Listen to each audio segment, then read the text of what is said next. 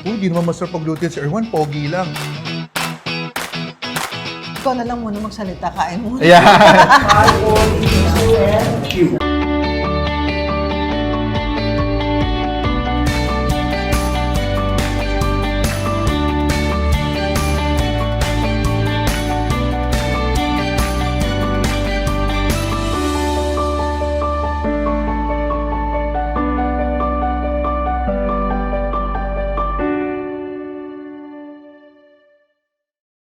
Hello friends and my ka-cookies! Welcome to the Snooki Serna channel.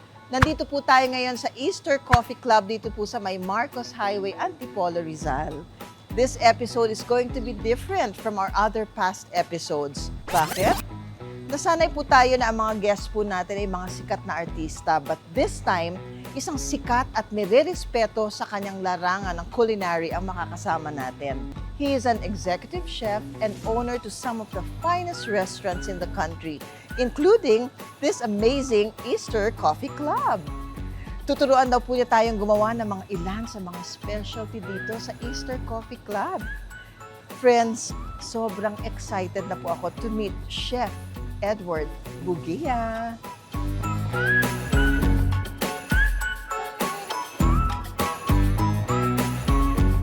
Hi, Chef! Hello! How are you?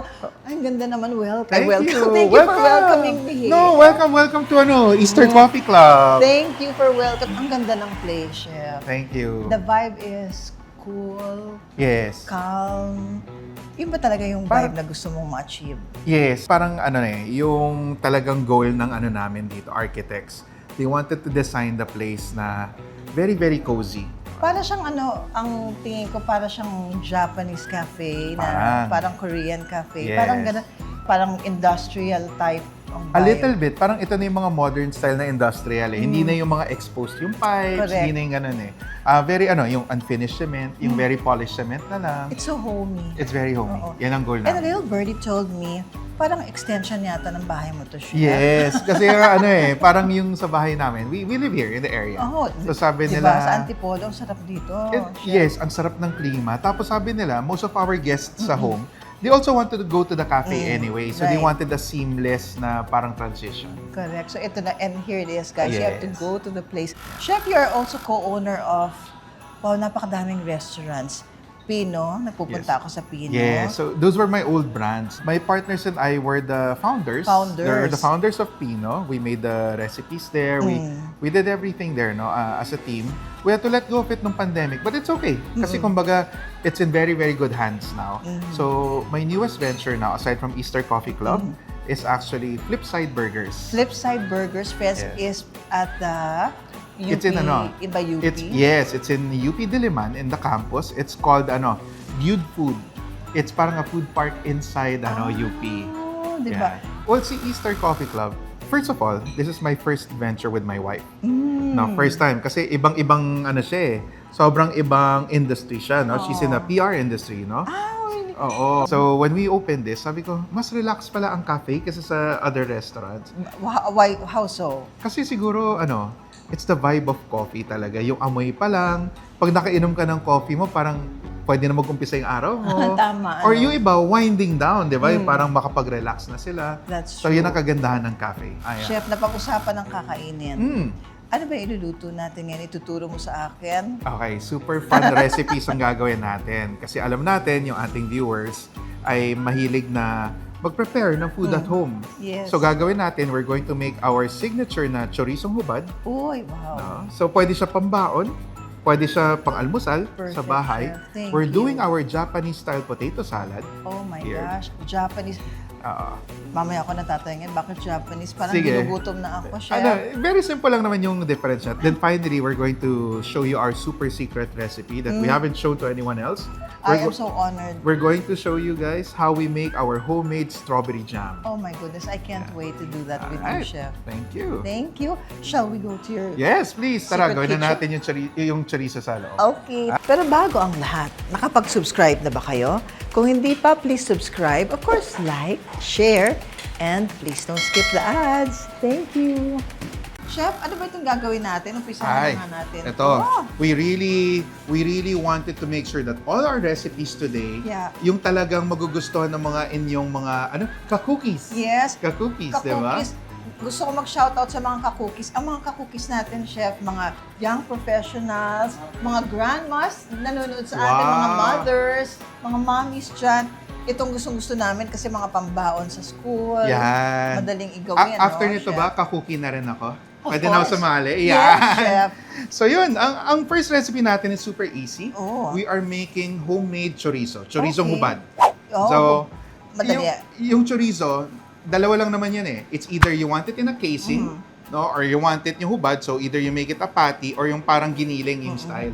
Ang gagawin natin later, yung giniling na style. Yung giniling na style. Yes. So this is pork giniling. Can you mix that with beef?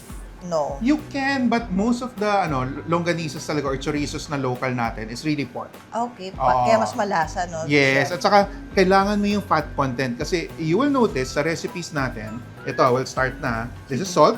Okay, so Yan. kailangan natin ng salt. To taste lahat to, no, mostly. Tatansyahin nyo lang, guys, ha? But Yes. more or less, we know. More or less around a tablespoon each, no? Black You know pepper. how it is na. Black pepper. Yes, black pepper. Ang mga, a lot of recipes natin ng longganisa here in the Philippines, galing sa Spanish heritage natin. Kaya malakas yung paggamit ng Spanish paprika. Yan. So yun ang marami, di ba? That's almost more than a tablespoon. Ang trademark namin itong recipe namin na to is we do both yung sweet and yung medyo garlicky na longganisa. Gusto ko yung garlic. Di ba? So ito, hybrid siya. We put brown sugar. Yan. That's around a quarter cup to half cup. Though I like sweet and garlic. Yan. That's perfect. And a ton of garlic. And a ton Diba? of garlic. Mga isang buong head na halos yan eh. Pag Isang tayo buong naman hindi tayo Yan. naging healthy pa dito, kahit naman sabihin natin pork, ang katapat Yes. naman, parang bumabawi yung garlic. Yung Okay garlic. pa rin siya. Now, ito yung papalasa talaga. Kaya hindi siya sobrang dikit-dikit na longganisa. We already marinate this with a bit of vinegar. Oh, No, hindi okay. lahat ng longganisa may vinegar eh. Yung amin, nilalagyan namin Bakit? May vinegar. una, Is there a science to that ba? a little bit. The vinegar breaks down the meat, it tenderizes it. No? Just a little bit. Pangalawa, it's really for flavor. Okay. No? You can use a spoon to mix it, but ang kagandahan, I will be It's better using to my use our hands. hands. Yes, we'll be using our hands so that mas talagang mababind natin Okay. yung ating longganisa. That's why nag-gloves na rin tayo. If you notice, we didn't put any binding agent Oh, here. usually, di ba may eggs? Oo, Pero wala na. tayo, Itong sa longganisa natin, wala. So what we are doing is, we are going to start throwing the meat, no? To start forming As a in? little bit of, your parang binder. No, Okay. yung starches niya lalabas. Kasi, lalagkit yan. Lalabas yung mga fats, no, yung mga proteins niya, magdidikit-dikit. Di ba? May natututunan tayo kay Chef ngayon. Chef, napag-usapan natin, culinary hierarchy. Pag-usapan natin. Di ba yung mga levels yan, may ranks kayo? Yes. Ano ba ang difference ng executive chef sa head chef? That's usually a very good question, no? Ang executive chef, usually yan yung sa conceptualization. Siya yung talagang punong abala ng restaurant kung may problem sa recipe, sa menu. Sa kanya talaga nanggagaling lahat. Now, ang head chef, or minsan, ang tawag rin dyan, yung executive sous chef, sila yung talagang hands-on sa day-to-day operations. Mahirap kasi ipagsabay ang day-to-day operations sa operations ng restaurant din mismo. Kasi yung pagpatakbo ng restaurant at patakbo ng kitchen is two different animals. Then after that, meron na tayo yung mga line cooks natin. Ang line cooks kasi, they are the most integral part of any professional kitchen. Ang tawag kasi sa nangyayari in a professional kitchen is called the brigade. That is the brigada talaga. brigada. That is the French style, no? So ibig sabihin, ang line kasi nasa linya kayo. So kung sino yung sa fryer ka lang buong araw. Sino yung sa salad station, ikaw yung sa salad station, gano'n. Galing, So, hot kitchen, cold kitchen, Ang ganyan. galing, chef. So, that is the line. So, this actually basically done. You just want this to marinate overnight. Okay. Yan. Meron na tayong naka-ready na. Ready? Yan, Nakainin ito. namin ni Chef mamaya. Naka-ready na. Na-overnight na natin to. Oh, boy. Okay, so this one, ready for cooking Oh na. my gosh. Oh, game. Okay, Ready na let's tayo go. magluto? Yes. Sige. Ito So na. this is our chorizo cooking time. Dito tayo. Na-preheat na namin yung griddle namin. Pati muna siya. Yan. Tsaka mo na lang i-form pagka Oo, yung naluluto patty na. kasi, remember, we put vinegar in our marinade. Ang vinegar kasi, that breaks down the binders eh. So, hindi yan magiging super kapit. Madudurog at madudurog talaga yan. We serve it here in our cafe na durog siya. Durog. Oo. Ganun din ang gusto kong pagkain sa kanya, chef. Durog. Yes. So, we can Pero also... pwede rin patty nga yan, right? Pwede, chef, kasi we also serve this on a sandwich style eh. Oh, perfect. Here eh, parang breakfast sandwich. Yes. Yan. So, you can flip it also. Yan, Chef, may mga kita mo, ilang side? nag-break Ilang na. minutes per side? Really doesn't matter hanggang maluto. That's my number one question lagi. Kapag yung mga nagtatanong sa akin at home, Chef, gaano katagal lutuin ang isang bagay? I always tell them hanggang maluto. Okay. No, because pag sinabi ko 2 minutes, kung hilaw pa. Tama. 'Di ba? Lutuin Totoo niyo pa naman. yan. So play it by ear, tsaka parang common sense na lang, guys. Yes. Ano dapat tandaan, chef, pagka mahilig ka magluto? Kung mahilig ka magluto, stop questioning yourself kung pwede ba to, bagay ba to. Try it. Kasi kung masarap, dun ka makadiscover ng bagong recipe. Di ba? Kami, again, we like serving it here in our restaurant na durog siya. Para rin, yung mga garlic sa loob, maluto pa ng konti. Tsaka parang mas nami-mix ba yung flavor pag Yes. ganyan? Gusto mo yung crispy, Oo. no? Oo. Yung ganito, that's why we started at a very low heat. What you're doing is you're rendering the fat.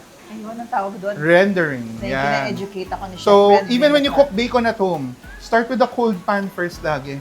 Cold pan, para yung fats unti-unting natutunaw from the bacon, lumalabas, tapos nare-render na siya.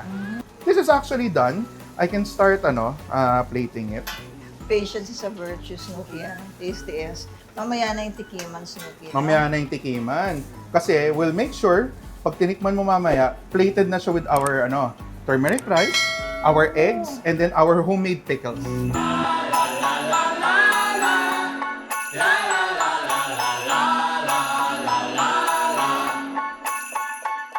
Chef, nandito naman tayo sa ating no-cook, ano ba ito? Ano ba itong prepare natin? Ang kagandahan ng prepare natin ngayon, this is our Japanese-style potato salad. Japanese-style na potato. sando. So when you say Sando sando, it's a sandwich. In okay, Japan. in So Japan. it's just a lightly toasted milk bread. Milk bread. Oo. Tapos ang Japanese-style na potato salad is very, very simple. Yung ginagawa namin dyan is if you look, ang mga Japanese kasi gusto nila konting ingredients lang. So this is our boiled potato. Okay. Ibo-boil mo siya hanggang umabot sa, nakikita mo yung skin niya, yung medyo rough na. Oo. Kasi kung makinis yan masyado, parang pang ano pa lang yun, pang pikadilyo pa lang yun. Oo, di ba? tama. Ito, nice and na siya, yung pag kinagat mo yung parang almost mashed potato na Right. siya. Oh, yummy. So, Yeah, we put nakakatawa. a little bit of salt in our Kewpie mayo. To taste. So that's our Japanese mayo. Pickle relish, yung sweet Pickle. relish. Then a little bit of green onions. This one is a boiled egg. We put 2 boiled eggs. Okay. 10 minutes, 9 minutes lang namin siya binoboil.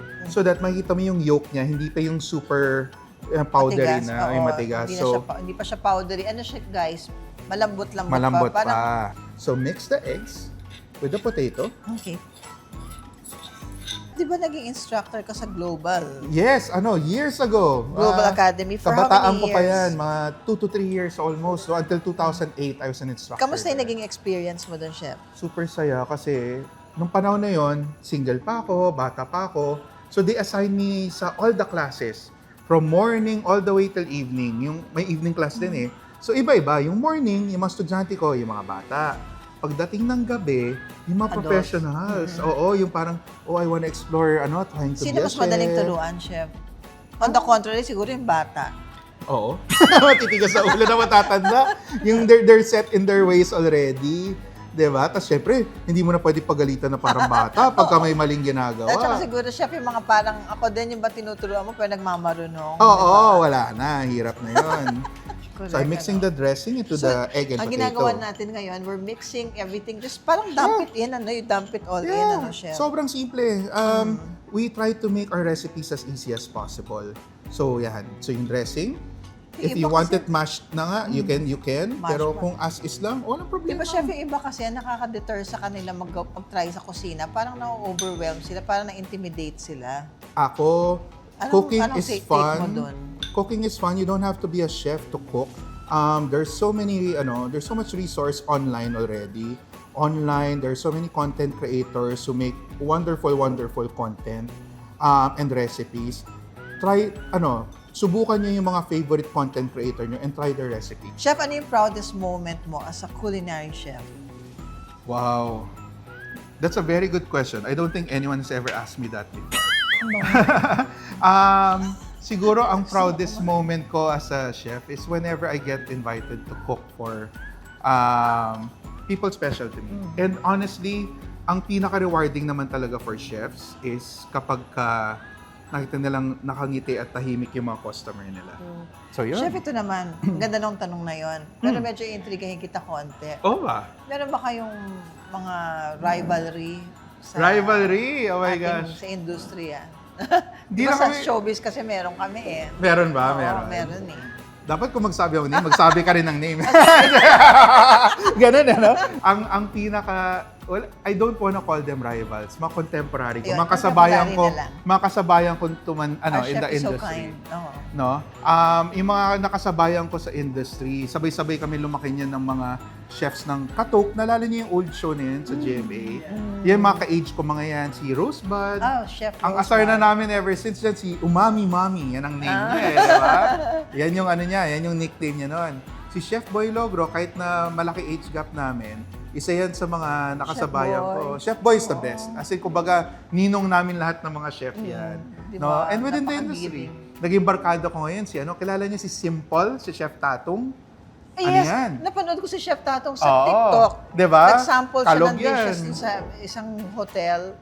Very kalog siya. Sobra kanina yan. Yan yung mga, mga barkada ko ngayon na chef. Yan si Tatong, si Chef Jackie Ampo. Yung mga yan, very mga kilala online personalities na instead of naghihiritan kami o nag-aaway, we share recipes. Parang kunwari, tatawag kami sa isa't isa, oh, Chef Jackie, ikaw yung baker, paano ba ayusin tong ganito?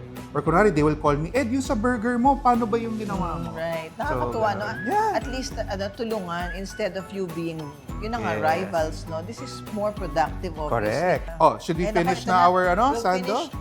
So to assemble our sandwich, we have another set of hard-boiled eggs. So lalagay na lang sa middle. Yan. Mga bashers din ba kayo? Honestly ako wala. Yung restaurant sometimes. Kunwari, yung aming isang concept is called Flipside Burgers, di ba? Yung Flipside, ang tawag I sa love burgers namin Flipside. doon Ang is ganda ng smash name. burgers eh.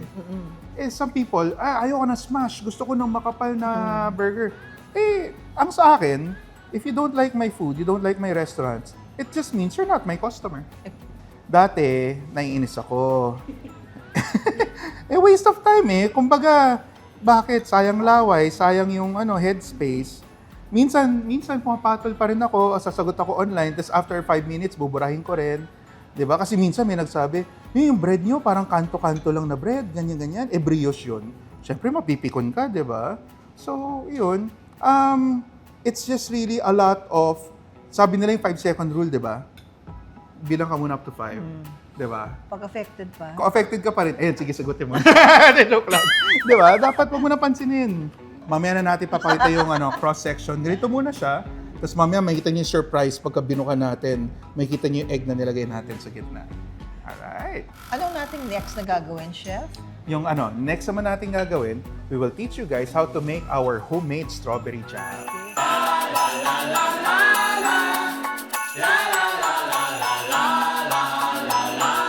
This is wonderful. We were able to meet the farmers from, akala ko ang tawag sa kanya Baguio strawberries. Kinorek ako ng farmers. Sabi, Ano daw? wala kaming strawberries sa Baguio. Everything is from Benguet and Trinidad, di ba? Oo nga naman. Oo. So sabi ko, nga naman, tsaka magtatanim sa Baguio mismo, sa city, di ba, ng Oo, strawberries. wala namang So the place. farmers are so nice. Ang ginawa ko, tumawag ko sa kanila. Kaya nyo ba ako bentahan ng rejects nyo na strawberries? Sabi ko, wag nyo tapon, bibiling ko lahat yan. Para pagkakakitaan nyo pa rin. So ito yun, we freeze them. Galing naman ng ano mo na yan. What you have to do is, you want to macerate them in sugar.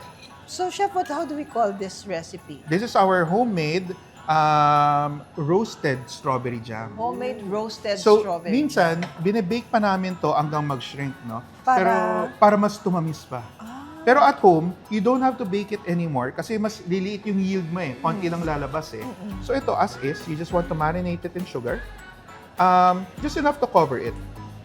So you just marinate your strawberries. Ito, nadudurog na to ng konti, which will help us kasi nga in our jam, yan yung magiging parang liquid mo na rin na magpapalasa later. So ito naman, So ito na. the sugar, it's called macerating kasi may osmosis mangyayari, may science. The sugars will pull out the liquids from the strawberry. Okay. Tapos yung magiging mas masabaw na siya, tapos yan na yung gagamitin for jam. Kunwari na lang, 30 minutes na to. We will fast forward this already. Okay. No? So fast forward na. You turn on our induction. Ang important na ingredient usually sa mga jam ng mga fruits is usually called pectin, no? Pectin, yan yung pampalapot mo, no? Ang pinakamalakas na fruits na may pectin is yung mga citrus, yung mga orange.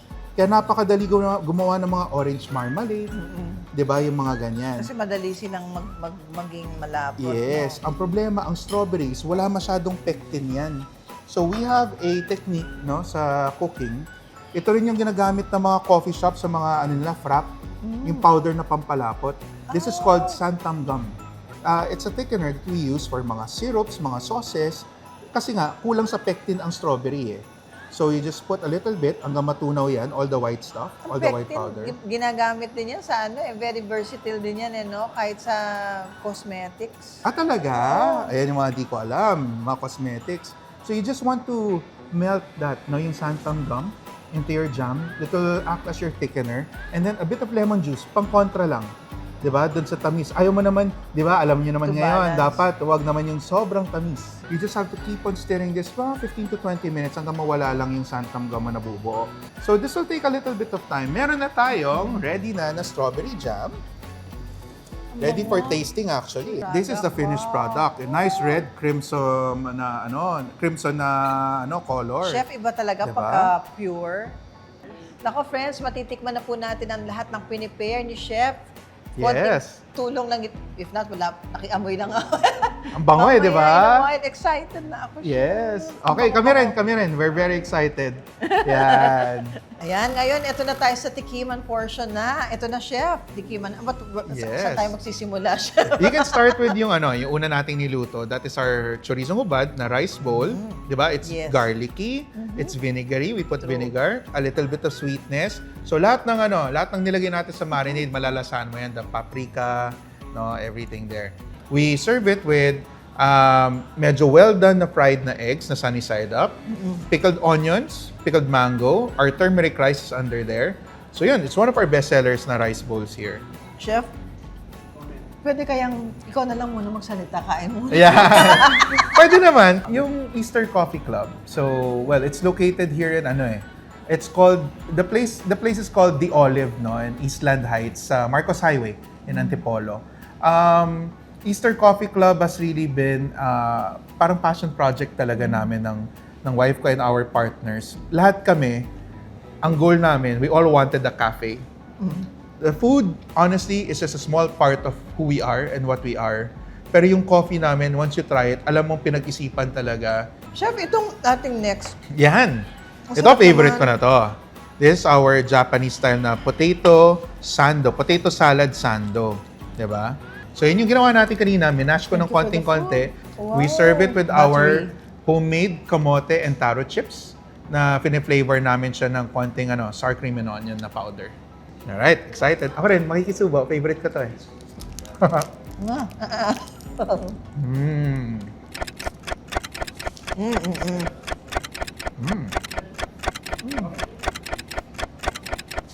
Sarap. Chef, ano naman tong ating This is our dessert? This is called our ricotta toast with homemade roasted strawberry jam. Ito na yung ginawa natin ng strawberry jam. Di ba? Ito So na matatry na ang natin. fruit of our labor. Fruit of our Pun labor. intended. So Fruit. we serve it on top of nicely toasted sourdough, Oh. no, na toast. Pero ang highlight talaga of this dish is the homemade strawberry jam Totoo that we naman. made, no?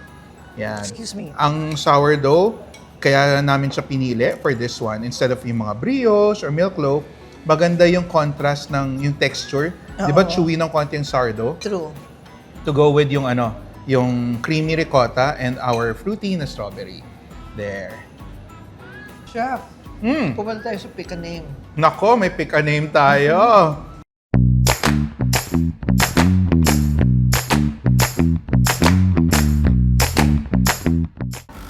Oh! Ay, nako, ang ganda ng pangalan na to. Erwan Yusap. Si Erwan. Yan, si Erwan, si Papi Erwan. Funny trivia. Erwan and I used to do pop-ups before. So years ago, hindi ko na maalala kailan, bata pa kami na. Mga early 2010s, 11s, ganyan. Si Erwan said, Ed, gawa tayo ng lobster roll na pop-up. So kami, yung hindi pa uso dito ang lobster roll, binilahan talaga kami, ganyan. Before that, nag-meeting kami sa condo niya. Nilulutuan niya ako ng dinner. Sabi niya, hi, I know you're a chef. Ako di man talaga ako chef. Pero lutuan kita. So parang ako, sige, go. Ang sarap. Talagang may taste bud. May taste bud talaga siya. People always say, di naman masarap pagluto yan si Erwan, pogi lang. Ako, I always say, I beg to differ. Marunong magluto yan. And kailangan, kami mga pogi, we have to defend each other. Exactly. Diba? Kailangan pare-pareho kami niyan. Chef Boy Logro. Chef Boy. Kaya kami mga chef, mataas tingin kay Chef Boy. He's one of the most tenured na chefs all over the world. Nakatrabaho yan sa Middle East para sa mga king, diba? mga sultan, mga heads of state, nakapagluto niyan for everyone. He was the first ever Filipino executive chef for mga hotel dito in the Philippines. Usually, ang mga executive chef, foreigner. So siya, alam ko, if I'm not mistaken, sa Diamond Hotel yata siya eh. Diba? Judy Ann Santos. Judy Ann. Si Ma'am Juday. You know what? Funny enough, she's one of the few na celebrity chefs that I've never had any form of encounter with. I don't even think I've met her in person or seen her in person. Pero, I know the chefs who work with her. Yeah. They have nothing but good things to say about her. She has a restaurant called Angry Adobo. Angry Adobo. They say it's really wonderful, masarap, and she's very hands-on. Marvin Agustin. Marvin. Hi, Marvin. Marvs, yan. Si Marvin is a very well-respected restaurateur. He's opened so many concepts in the metro. Yeah. Ang nakakatawa about him, ang nagpasikat pa talaga sa kanya and what he is known for now is his kotse. Di ba? His kotse empire. Cochinillo. Matagal nang may kotsinilyo sa Pilipinas sa Manila. Pero nung siya, napasikat niya, biglang everyone naging, uy, kotsinilyo tayo, kotse tayo, naging celebratory. Totoo naman. Exactly. Diba? So yun, I've encountered him several times. We know each other. We've even tried to do business together. Ano na lang, siguro masasabi ko, friends na lang kami. Mahirap kasi sometimes, kung may sarili kayong patakbo ng business, may sariling way kayong magpatakbo, minsan hindi compatible yun. May clash, no? May clash talaga. So sabi nga namin, siguro we decided, let's just be friends, no? Na hindi naman siya parang ex, no? Na, parang, let's be friends na lang. Hindi, ano naman.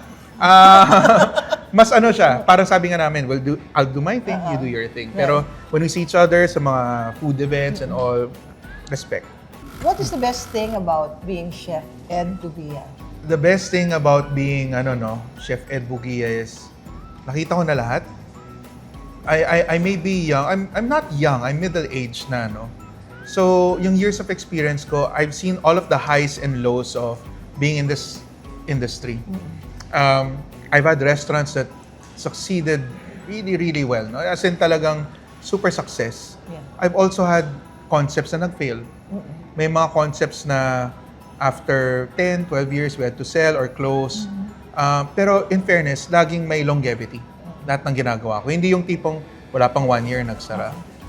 Because I've seen it all, I've been through it all, kaya ko magbigay na ng advice. Dati takot ako magbigay ng advice kasi sabihin nila, sino ka para magsabi ng ganyang advice? Now, I'm more tenured and I can tell people, this is the right way to do things. Chef, makakaharap mo ang ating Panginoon. Yes. What would you thank Him for? Ano yung mga bagay na ipagpapasalamat mo sa Kanya? I want to thank the Lord na He directed me towards the right path all the time. There are several times in my career and in my life, I really could have gone the wrong path. Na kung ito ang pinili ko, wala ako ngayon. No, either I don't know, nakakulong or either na demanda dahil mali ang naging business decisions or whatever. Or wrong business partners, nangyari na rin yan. No? It's always parang may gentle nudge siya lagi na, Ed, dito ka. May mag-aalaga sa'yo dito. Or Ed, dito ka. Kasi if you pick the other way, may pera ka nga pero hindi ka okay na tao. Yeah. So, lagi siyang nagde-decide, helping me decide na pag dito ka, it will be the way na talagang you'll be able to live life to the fullest.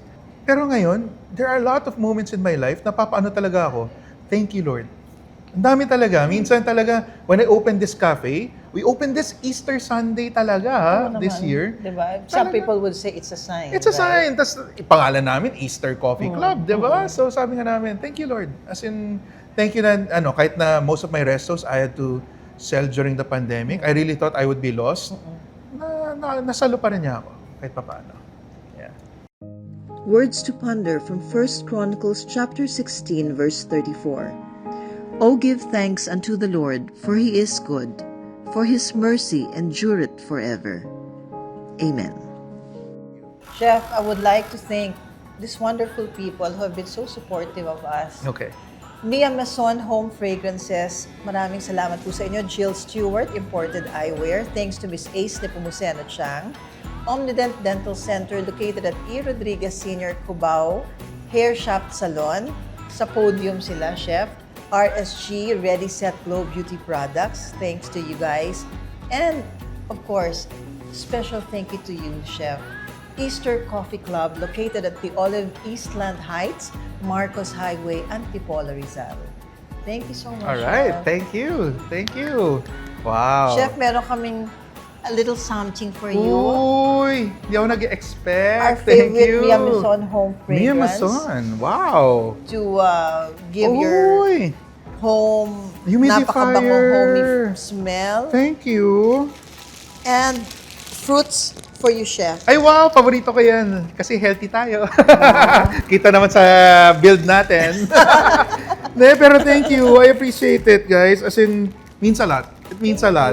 We never expect whenever we invite guests here sa cafe namin. Kasi nga, ang sa amin kayo ang nag-take effort para i-feature kami, no? And share to the world about, our concepts, no? Especially Easter Coffee Club. So, we really, really appreciate this. Thank you. Thank you. Thank you. Thank you so much. There's a quote that says, food is symbolic of love when words are inadequate. That holds true to most of us. Kaya kapag tayo ay malungkot, pagkain ang pampasaya. Kapag ka naman mainit ang ulo, ito ang pampakalma. Kapag inspired, masarap na pagsaluhan siya. Because at the end of the day, it's not just about the food, but the passion and the love that goes into preparing them. Ito po si Snooki Serna. Maraming salamat po sa inyong suporta at pagmamahal. And always remember that whatever happens, rain or shine, friends po tayo. God bless you guys and I hope to see you soon.